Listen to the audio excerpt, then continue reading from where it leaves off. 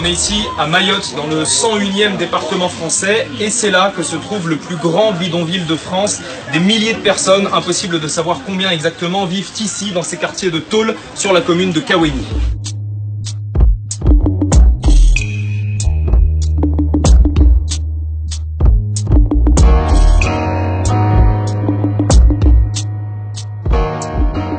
Notre guide s'appelle Itoine, il a 33 ans. Vous avez grandi ici, vous? Oui, oui, oui.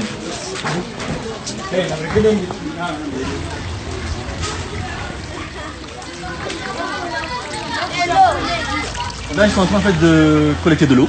En fait, ils se sont arrangés pour avoir en fait, de l'eau presque propre. Propre, c'est un grand mot, hein, pour se laver ou pour laver les vêtements. Mais c'est l'eau du ruisseau, là? Oui, c'est ça. C'est l'eau de pluie en fait, qui descend et ils en profitent là. Il n'y a pas d'eau courante ici? Non, non, non, il n'y en a pas. Il n'y en a pas, malheureusement. Et les gens, ils boivent quoi? Ils achètent l'eau et ils ramènent ici. Les conditions de vie dans ces baraques en tôle qu'on appelle les bangas sont très difficiles et les premiers qui en souffrent ce sont les enfants. Le taux de mortalité infantile est ici 4 fois plus élevé qu'en métropole. Je m'appelle Dalila, j'ai 8 ans. Ouais, moi, dois changer. Oh, tambia tu après nous, wa mini roi alcooli. Tende ho tatenda tende parana ba hamwade au madame wa mbeka kama mbele ha l'hôpital bo tirwa tende.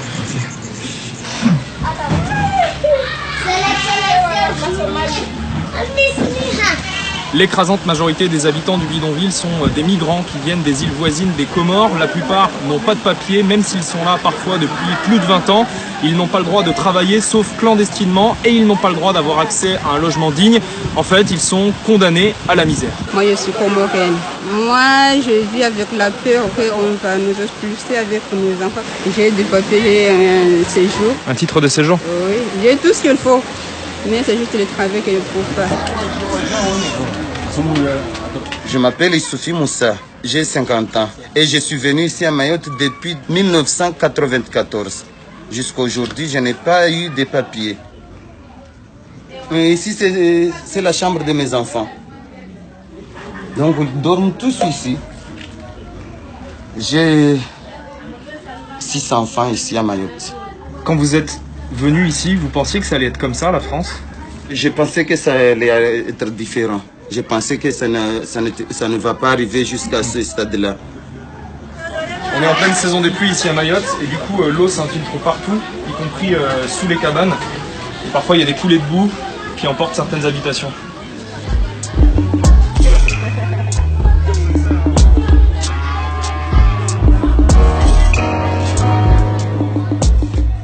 Wasiri riseshi tu maisha ya peu. Maisha ya peu de rien nchi. Ya vidi wana wastrene kawaspara malikoli sababu empo.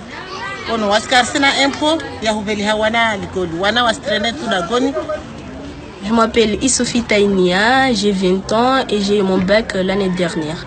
J'ai fait mes études jusqu'en terminale. Et là tu peux pas t'inscrire à la fac? Je me suis inscrite, j'ai eu une place, mais comme quoi j'ai pas mes papiers, ils ne peuvent pas m'accepter. Donc qu'est-ce que tu fais? Tu restes ici toute la journée? Je fais rien, j'ai envie de continuer mes études pour avoir une meilleure vie, mais voilà. Donc là tu restes avec ton fils toute la journée, c'est ça ici? Toute la journée à ne rien faire, c'est pas ce que je voulais. Je voulais travailler, avoir un boulot stable. C'est pas facile, c'est pas une meilleure vie pour nous, mais on peut rien y faire.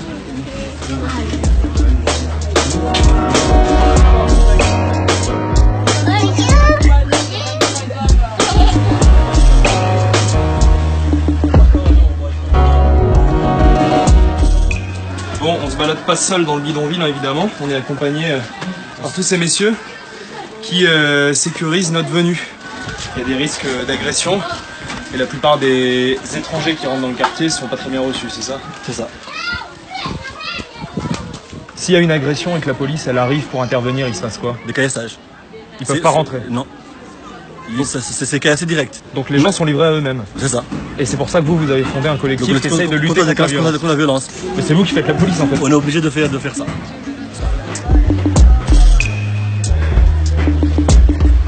la tombée de la nuit, en fait, les parents gardent leurs enfants, en fait, comment dirais-je, à la maison et essaient de ressortir en fait, avec accompagné toujours. En fait, les premières victimes de la délinquance ici, ce sont les habitants du bidonville. C'est ça, oui, c'est ça, oui, c'est ça. Quand vous entendez les Mahorais, les Français qui ont leurs papiers, accuser les clandestins, les Comoriens, les habitants des bidonvilles d'être responsables de tous les actes de délinquance, qu'est-ce que ça vous fait, vous? Mais moi, personnellement, moi, je dis non. C'est pas nous qui aiment le problème.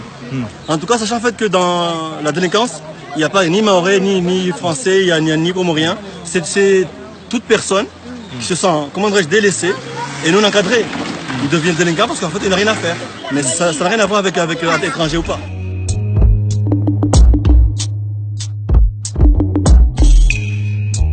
Je m'appelle M. Ayouba Wedjidine, je suis français d'origine comorien.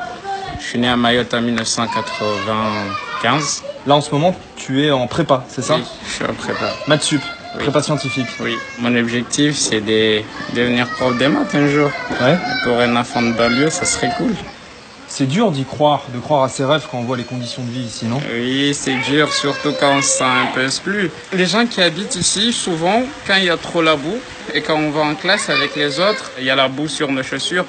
On voit que vous venez des bidonvilles. Oui. Pourquoi vous pensez que la France accepte qu'il y ait des bidonvilles ici à Mayotte alors que jamais elle accepterait ça en métropole? Je sais pas, peut-être qu'on considère pas qu'on est français, mais il devrait. Parce que on est français, on a des papiers français, on a des nationalités françaises, on est des Français, on se considère qu'on est des Français. Du coup, nous aimerions que l'État change son point de vue sur nous. Pour moi, l'État nous prenne comme des Français à part, quoi.